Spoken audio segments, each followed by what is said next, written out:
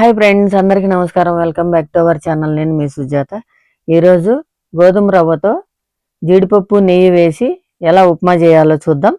ఇది చాలా టేస్ట్గా ఉంటుంది. చూస్తుంటేనే నోరు ఊరిపోతుంది కదా. మరి ఎలా చేయాలో చూసేద్దాం రండి. దీనికోసం అయితే ఇప్పుడు పెనం పెట్టుకొని ఆయిల్ 2-3 స్పూన్లు వేసుకొని నెయ్యి కూడా 1.5 స్పూన్ వేసుకొని బాగా హీట్ ఎక్కాక ఆవాలు వేసుకొని చిటపట్లాడాక మినపప్పు, శనగపప్పు, జీడిపప్పు, కరివేపాకు కూడా వేసుకొని దోరగా వేయించుకోవాలి. చూడండి, ఇలా వేయించుకోవాలి. ఇప్పుడైతే ఎర్రగడ్డలు, పచ్చిమిరకాయలు సన్నగా తరిగి పెట్టుకున్న వాటిని ఇందులో వేసుకోవాలి. ఇవి కూడా కొంచెం ఫ్రై అయ్యాక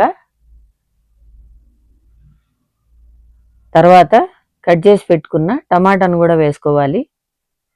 ఈ టమాటా నీరు ఇంకిపోయేంత వరకు వేయించుకోవాలి. లేకపోతే తర్వాత రవ్వ వేస్తే వేగదు. అది కాక టమాటాలు కూడా పచ్చివాసన వస్తాయి.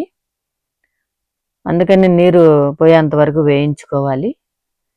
నేనైతే 1 గ్లాసు రవ్వ తీసుకున్నాను, గోధుమ రవ్వను. ఇది సన్న రవ్వ, చాలా టేస్ట్గా ఉంటుంది. ఇప్పుడు పెనంలో వేసుకొని దోరగా వేయించుకోవాలి. వేగకపోతే పచ్చివాసన వస్తుంది, ఉప్మా బాగుండదు.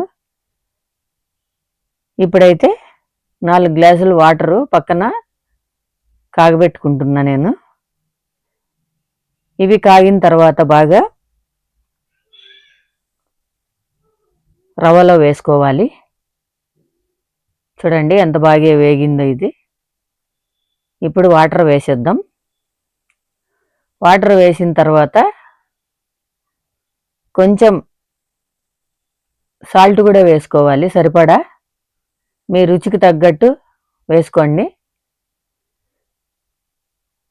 ఇప్పుడు గంట తీసుకొని కలుపుకుంటే 5 నిమిషాల్లో ఉడికిపోతుంది ఉప్మా. చూడండి ఎంత బాగుందో, చాలా చాలా టేస్టీగా ఉంటుంది. పిల్లలు కూడా గిన్నెలు లాగించేస్తారు. ఎవరైనా తింటారు ఉప్మా. లంచ్ బాక్స్ కూడా బాగుంటుంది ఇది. ఎందుకంటే నెయ్యి వేసి బాగా రవ్వ కూడా వేయించినాం కదా, చాలా చాలా బాగుంటుంది. చూడండి ఉడికిపోయింది. ఇప్పుడు ఫైనల్గా కొత్తిమీర చల్లుకుని కొంచెం 1 స్పూను నెయ్యి కూడా వేసుకున్నాం టేస్ట్ కోసం. చాలా చాలా రుచిగా ఉంటుంది. ఇప్పుడు జీడిపప్పులు వేయించుకున్నవి పైన వేసుకున్నాం. అంతేనండి, ఎంతో టేస్టీగా ఉండే జీడిపప్పు నెయ్యి ఉప్మా రెడీ. మీరు కూడా ట్రై చేయండి, చాలా చాలా బాగుంటుంది. ఓకే అండి, మళ్ళీ మంచి వీడియోతో మీ ముందు ఉంటా. Thank you.